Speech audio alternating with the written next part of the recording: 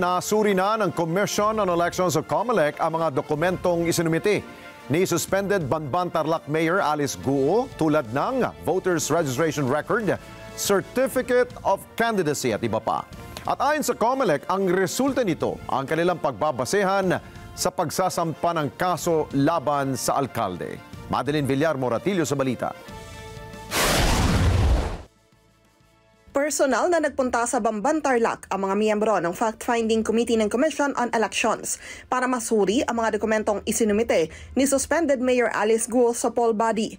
Partikular na sinuri ng mga eksperto mula sa main office ng COMELEC ang orihinal na kopya ng application for registration, voter registration record, election day computerized voters list at certificate of candidacy ni Guo.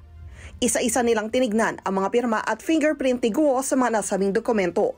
Sinama na namin yung technical expert ng Commission on Election patungkol sa fingerprint upang makita namin, ma-examine, mapag-aralan yung fingerprint ni Mayor Guo sa kanyang pagboto noong 2022 elections at itong barangay and SK elections upang magamit namin yan, ma-analyze at the same time makumpara doon sa kanyang fingerprint sa application for registration, fingerprint doon sa certificates of candidacy at yung fingerprint na binigay sa amin ng NBI na ginamit din ng Opisina ng Solicitor General kahapon. Ang resulta ng investigasyon ay isusumite sa COMELEC Law Department na siyang nangunguna sa investigasyon.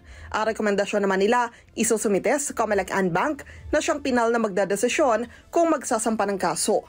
Ayon kay COMELEC Chairman George Garcia, kung magtutugma ang mga pirma sa naunang findings ng National Bureau of Investigation na iisang tao lang si Mayor Alice Guo at Chinese national na si Guo Huaping, ibig sabihin, nagsinungaling ito sa kanila. Sa ating batas, kapag ka nagsinungaling doon sa content ng Certificate of Candidacy, yan po ay misrepresentation. Isang kasong kriminal po yan. So ang tanong, meron bang misrepresentation? Meron bang pagsisinungaling? Election offense ang pwedeng isampa ng poll body laban kay Guo dahil sa misrepresentation, partikular sa citizenship.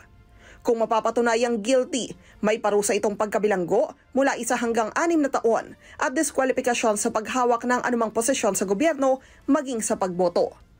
Sa kabila naman ng kontrobersiya sa kanilang alkalde, tuloy lang umano ang mga taga Banban City Hall sa kanilang trabaho.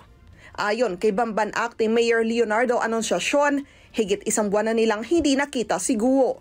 Siguro 1 month hinap na. Nakita kami after the first hearing niya sa city. Ako po nagpunta dito after the hearing. Tiniyak ng Acting Mayor ang kooperasyon sa ginagawang investigasyon ng mga otoridad. Ang malaking Pogo compound naman sa likod ng City Hall, handa raw parentahan ng Banban LGU sakaling ma-turnover sa kanila. Kaya po magkaroon ng income ang bayan namin po, ipapa-list namin sa mga gusto mag-list. Parang commercial po, tulad ng mga universidad, tulad ng mga ibang investor na gustong mag-rent ng mga iba-ibang business. So they are welcome po. Madeline Villar Moratillo para sa Mata ng Agila. Matatag, matapang, matapat. Maraming salamat sa inyo pong pagsubaybay sa Mata ng Agila Primetime. Para malaman ang matatag, matapang at matapat na mga balita, i-follow lamang at mag-subscribe sa @Net25 TV.